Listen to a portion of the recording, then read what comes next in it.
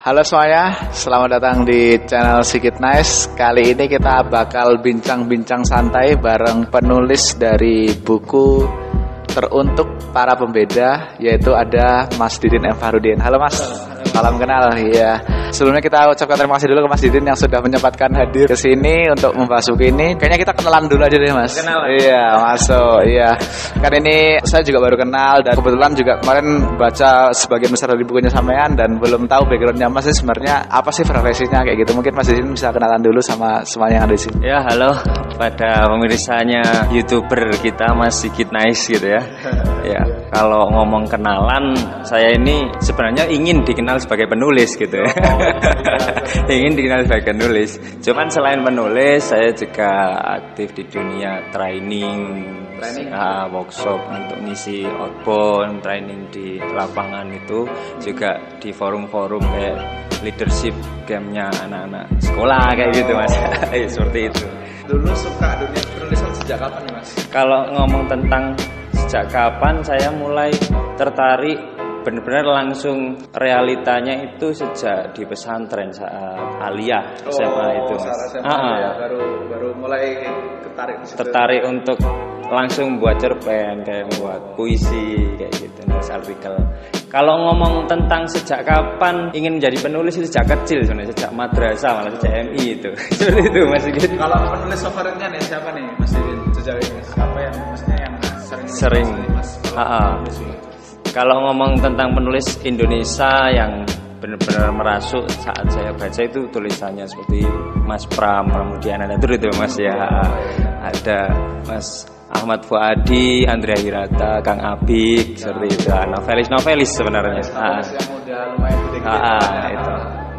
Yes. Terus ini kenapa kok tiba-tiba menerbitkan ini buku teruntuk para pembeda ini? Sebenarnya awal mulanya kenapa Mas kok akhirnya menulis ini dan dipublikasikan ke khalayak umum gitu? Kenapa sih ya? Saya juga mikir dulu ini Mas. Iya, jadi kenapa? Karena ini runtutannya panjang gitu ya sebenarnya. Ya karena mungkin waktunya kita persingkat, berarti intinya saya ingin menyampaikan keluh kesah tentang ini kan ada tentang ratapan panjang untuk hidup yang pendek. Seperti itu. Seperti ini tagline-nya. Dunia ini dipenuhi keluhan ratapan. Nah, saya ingin mengajak untuk teman-teman lewat tulisan ini bagaimana minimalisir untuk bisa bahagia. Syarat-syarat bahagia itu dikecilkan saja Mas gitu. Sini gitu Mas. Walaupun di dalamnya juga banyak sekali mengutip tentang dunia-dunia negara, kebangsaan, komitmen tentang cinta Indonesia seperti itu Mas. Juga tak melupakan cinta Mas. Karena harus ada topik cinta ya. Terus ini Mas kenapa kok akhirnya milih judul teruntuk? Kenapa sih? Karena saya merasa itu seorang pembeda. Selain juga ada di Al-Quran itu ya, Al-Furqan itu pembeda. Saya juga merasakan diri ini banyak mengalami perbedaan dengan khalayak gitu Mas. Ya, maksudnya dari orang-orang lain gitu.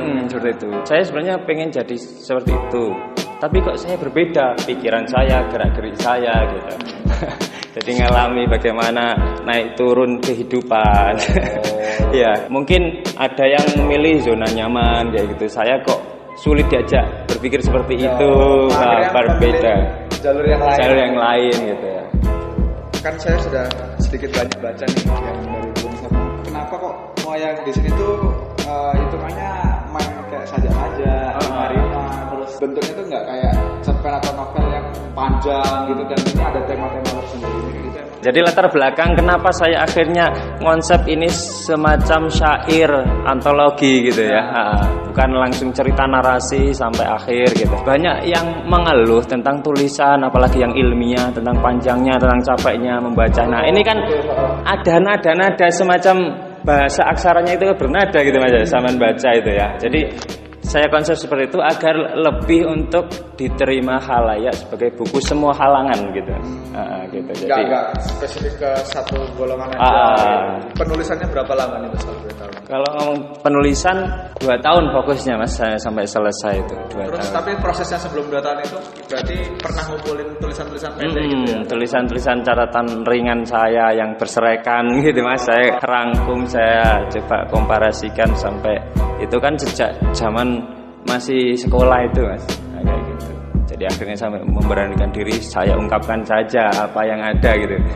Perjalanan mulai di rumah, di pedesaan, saya di pesantren, saya hijrah ke Malang gitu ya. Sampai saya fokus sekarang pengen mendekat ke orang tua lagi. Sekarang tinggalnya di sama orang tua gitu ya, untuk sementara ini. Terus kemarin berarti ini adalah penerbitnya itu memang dari Wikipedia atau seperti apa Mas kemarin penerbitannya itu? Ya, jadi kita kerjasama dengan penerbit Wikipedia, itu kan platform penerbit yang memfasilitasi penulis dengan cara langsung komunikasi di Jakarta. Di Jakarta. Ya. Kalau boleh tahu sekarang udah dicetak berapa banyak ini bukunya yang untuk para pembeda ini, buku pertama sama? Ini dicetak kira-kira masih puluhan lah Mas. Puluhan gitu. Ya kan baru juga. Gitu. Yang jadi favoritnya Mas ini kalau di sini sebelah mana Mas? Kalau favorit ya, yang di paling belakang Mas. Yang paling belakang. Paling belakang. Tapi nanti saya mau bacain dulu yang iya, silakan di nomor berapa tadi kayaknya? Nomor 30 kayaknya aku suka yang itu. Nanti kalau yang favorit itu biar samain aja yang baca kayak gitu ya. Nah, terus responnya orang-orang terdekat tadi gimana Mas? Maksudnya kayak akhirnya Mas Didin Farudin menulis buku, bikin buku dan kan pasti banyak yang enggak nyangka akhirnya Mas Didin nulis kayak gitu ya. Kok jadi penulis gitu ya. Padahal dulu itu saya diam-diam. Saya kan pemalu Mas. Loh, bahkan biasanya penulis tuh yang dari yang malu-malu biasanya malu nulis. Iya, seperti itu. Nggak berani menyampaikan langsung. Akhirnya saya tuliskan gitu. Jadi responnya kok tiba-tiba kaget gitu ya. Bisa menulis sebanyak 300-an halaman seperti ini, orang tua terutama gitu ya. Teman-teman juga sih Mas. Jadi kaget juga kebanyakan. Tapi ya saya buktikan bahwa emang saya passion di wilayah pengarangan. Pengarangan ya. Seperti itu. Dulu pernah ikut apa aja nih Mas Didin, maksudnya dari pelatihan, literasi dan lomba dan gitu ya. Jadi saya sempat masuk di sayembaranya Gerakan Menulis Buku Indonesia bersama Eyang Sapadi Djoko Damono yang legendaris. Nah, seorang seperti itu saat itu masuk gitu di dunia lomba, jadi lomba cerpen gitu ya, ke literal gitu. Jadi saya masuk di media online-nya gitu, cerpen-cerpen saya gitu Mas. Sehari-hari nih Mas Didin biasanya suka baca buku yang kayak gimana sih? Akhir-akhir ini ya itu menekuni novel. Novelnya siapa ya Mas kalau boleh? Ya novelnya Habibur Rahman LCH itu saya katamkan semua. Oh, dikatakan semua. Ahmadnya Pram juga semua. Tetralogi Guru. Terus novelnya Ahmad Fuadi yang Ahmad Fuadi itu yang Regi Lima Menara. Terus Andrea Hirata. Ya buku selain itu ya kayak cerpen-cerpennya Cak Nun, Gusmus kayak gitu.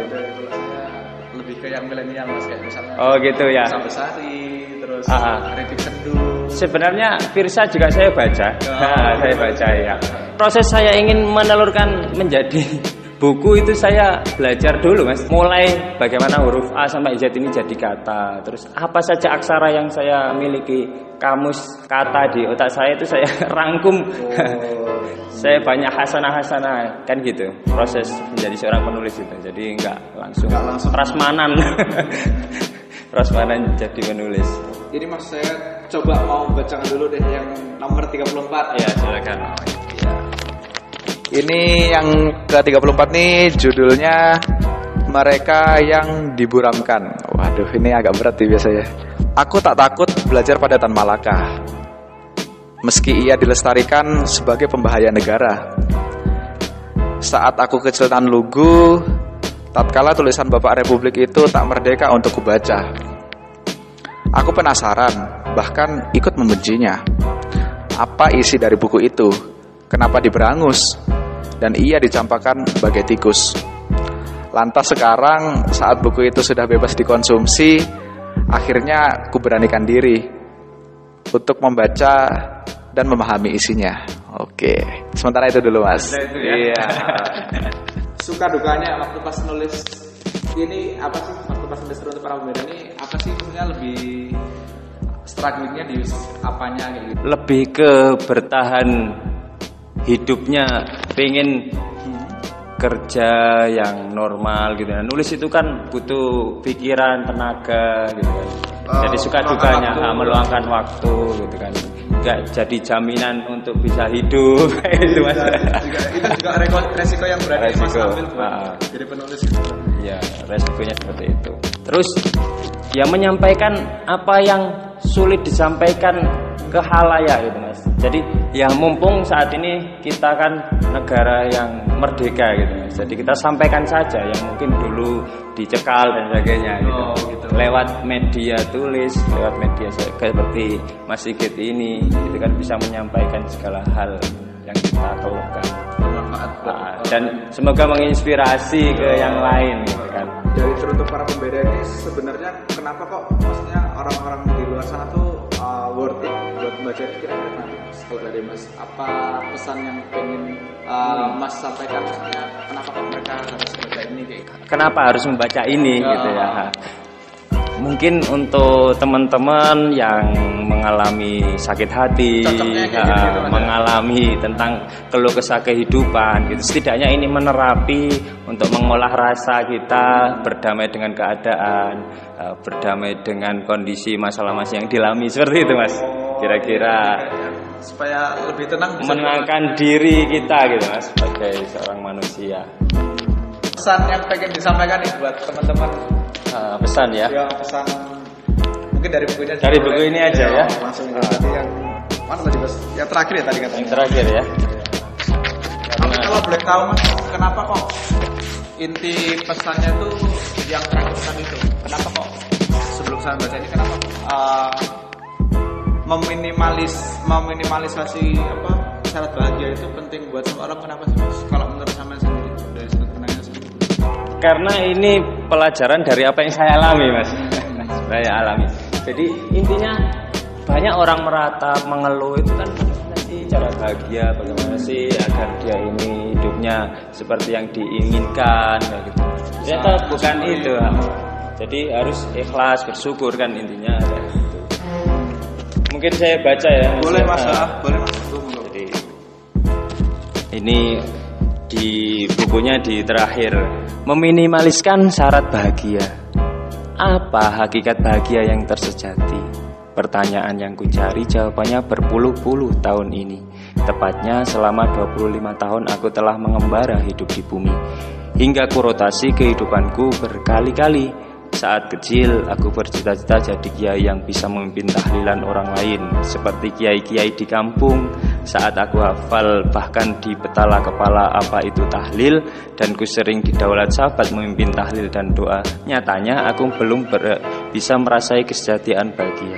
Lantas saat remaja aku mulai memiliki hasrat tahta, bermimpi jadi pemimpin negara, terinspirasi presiden kala itu, dan aku pun menjabat banyak ketua panitia, forum, dan organisasi, mulai tingkat dusun hingga nasional. Bahkan telah aku gapai seforum dengan kepala negara. Realitanya, aku belum temukan kebahagiaanku. Sedikit dewasa, aku bermimpi kaya, hura-hura uang tanpa beban, sampai aku bermain proyek politik jadi tuyul politisi. Bagaimana cara bahagia? Sungguh aneh memang jika membaca lajur hidupku ini. Padahal aku tak pernah merencanakannya, dan apalagi mengevaluasinya. Aku mengalir bagai aliran Bengawan Solo yang meliukan arusnya di kota Soto. Namun hingga sampai seperti ini, aku sangat mensyukurinya kini. Di rumah sederhana yang menampungku sejak kecil dalam pencarian bahagia, dan masih sekali diundang menjadi pemateri beberapa pelatihan. Aku malam ini mensyukuri desiran angin sejuk pedesaan, menikmati secangkir kopi yang tengah diracik oleh barista kopi desa. Sembari ku ketik aksara apapun yang ada di kepala. Sembari kadang-kadang aku berjalan-jalan keliling jalan di sepanjang kotaku ini. Mungkin bahagia itu bukan dicari, tapi dinikmati. Dengan kuturunkan syarat untuk bisa bahagia, maka akan kugapai bahagia tanpa syarat berlebih seperti yang kujalani sebelumnya. Mungkin itu Mas. Masih panjang Mas ya, tapi intinya untuk bahagia kita turunkan sadar kita bahagia ya itu Mas ya. Mungkin itu dulu untuk bincang-bincang singkat kita bersama Mas Didin Farudin, penulis dari Teruntuk Para Pembeda. Jangan lupa buat teman-teman semua nanti yang mungkin ingin membaca buku bisa nanti baca Online. di online bisa. Ini kan milenial. Oh, pakai online bisa Mas ya. Penerbitnya Guepedia, penulisnya Didin M. Farudin. Nah, untuk Mas Didin kira-kira akan ada buku-buku baru lagi ya nanti? Next kita akan mencari penerbit untuk buku antologi cerpen saya tentang novel saya juga gitu.